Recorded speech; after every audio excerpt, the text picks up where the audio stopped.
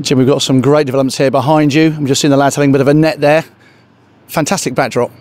It is, yeah. It's sort of snuck up on us over the winter. I mean, last year we had the various things going up one by one, and then over the winter it really sort of sped up. And now, you've got pretty much the full stand, and it's pretty awesome. I've seen the guys trying to knock the ball as hard as they can up those tier 2 and tier 3. So as we go into 2020 mode, some serious practice. You've had not a bad start of the season, really.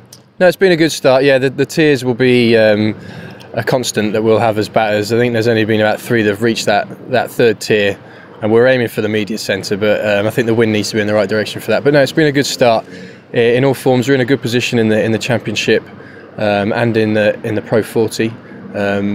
And I think we've still got some good cricket to play. Historically, we've been very good in 2020, so quarter-finalists and never quite getting over that line to finals day. So it'll be good to get in that position again and put that right. And of course, this year finals day is at Edgbaston, so what better than getting into the semi-finals on your home ground? Absolutely, it'd be brilliant. Every time there's been a final here, it's always been bigged up and probably been the more successful finals that they've had over the years. So to be a part of that and be the home team would be fantastic. Different forms of cricket, of course, as we always see in the English summer, tend to be sort of sandwiched all over the place.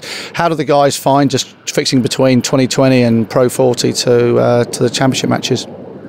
It's a constant problem, but I think it's something as a county player that you get used to, that the preparation between going from red ball to white ball, you never really do get that opportunity. You have to sort of try and sandwich it in during practice during the 4 days. We've got a block now for 2020, albeit we'll have 2 full days sort of squeezed in there. Will make it interesting, but we've had to deal with that since the competition, came about. It is difficult. It has its cons, but I'm sure the guys are able to switch from one to the other now and get enough white ball practice in as well. With all the facilities changing here, there's a lot of off-the-field work going, sort of the team pulling together, and of course your role as club captain is to make sure that happens on the pitch. What sort of things are you sort of working with the players to make sure you're playing as a good team unit?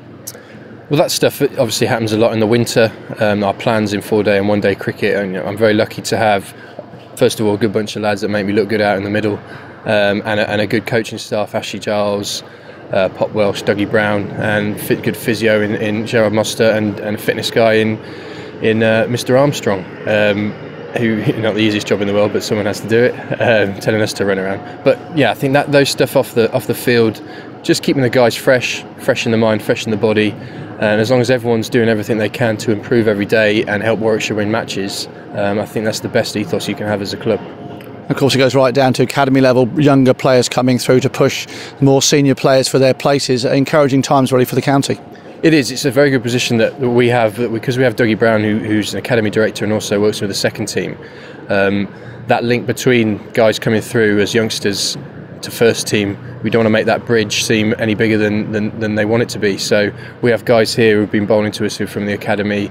They're used to hanging around the lads. The preparation we do as a team in first team cricket, we want to make that as like they do in academy and in second team. So as long as those guys feel comfortable when they do get a chance to play first team cricket and perform in those pressures, then that's what we're looking to do. Of course, 2 players who, in a way, I suppose you'll be hoping not to see too much of. Jonathan Troughton and Ian Bell, obviously having a good time for England at the moment. Absolutely, yeah, making it look very easy. Troy just keeps batting.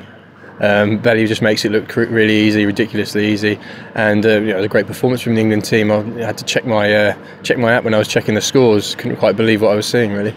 When they're back here, though, they fix it. They fit in the team really well. Absolutely, yeah. They're keen as mustard when they come back and play for Warwickshire. Belly's constantly texting about preparation for the 2020. It's unfortunate the guys probably won't be a part of any of that. But what stuff they do pass on to me, or stuff that they've done in the past, we'll always draw from in our plans and executions for this 2020 period.